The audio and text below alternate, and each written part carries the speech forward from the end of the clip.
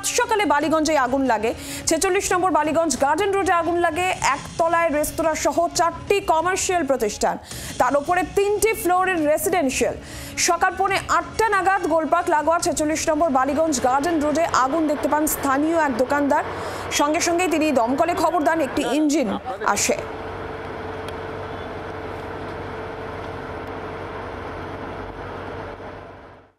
আমি তো চারদিকে ধোঁয়া আর পটপট করে ফাটতে আরম্ভ করলো, তখনই নেমে এসেছি। এসে দেখছি যে ওইখানে আগুন জ্বলছে। ফায়ার ব্রিগেড এসে গেছে, ফায়ার ব্রিগেড লাইট নেভাচ্ছে, আগুন নেভাচ্ছে। এই মিটার বক্সের তারমারগুলো লাস্ট কবে চেঞ্জ হয়েছিল মনে আছে? চেঞ্জ কবে করে আমি জানি না ভাই, ওরা ডাকেও না। যখন যার প্রয়োজন পড়ে, আমার এরকম কোনো প্রবলেম হয়নি আসার থেকে। এই জিনিসটা আজকেই প্রথম দেখলাম। আমি প্রায় বছর 10 এখানে আছি, কিন্তু মেনটেন্যান্সের বেলায় কিচ্ছু করে না।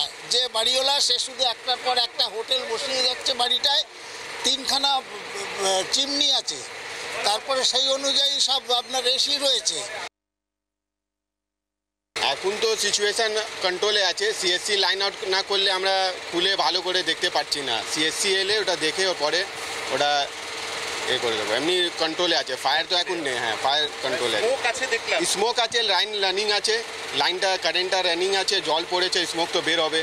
লাইন কাট আউট জন্য অনেকটা জল জমে আছে মিটার বক্স। হ্যাঁ, এটা তো রিস্ক আছে স্যার। বৃষ্টিও হচ্ছিল আর ওপরে জলও মেরেছি তো ওতে, ওই জন্য জলটা একটু ভরে আছে।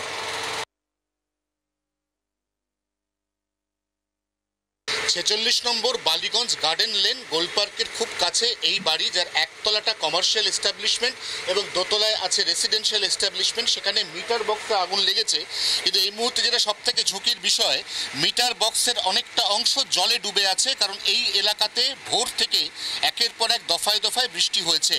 এই অবস্থায় খুব কাছে গিয়ে ফায়ার ফাইটিং অত্যন্ত ঝুঁকিবহুল। তা সত্ত্বেও দমকল কর্মীরা চেষ্টা করছেন যাতে আগুন নিভিয়ে ফেলা যায়। মূল আগুন ইতিমধ্যেই নিভিয়ে ফেলা সম্ভবপর হয়েছে, তবে এখনো পর্যন্ত মিটার বক্স থেকে ধোঁয়া বেরোনোয় এলাকায় তৈরি হয়েছে আতঙ্ক। এই মুহূর্তে দমকল কর্মীরা বাইরে থেকে পরিস্থিতি নিয়ন্ত্রণের চেষ্টা করছেন। বাড়ির বাসিন্দাদের বেরিয়ে আসতে বলা হয়েছে, তবে নতুন করে আগুন আর বেশি ছড়িয়ে পড়ার আশঙ্কা নেই বলেই জানাচ্ছেন দমকল কর্মীরা। ২৪ ঘন্টার জন্য ক্যামেরা অরিন্দমের সঙ্গে অয়ন, কলকাতা। বাংলার আওয়াজ, বাঙালির আবেগ, জি 24 ঘন্টা।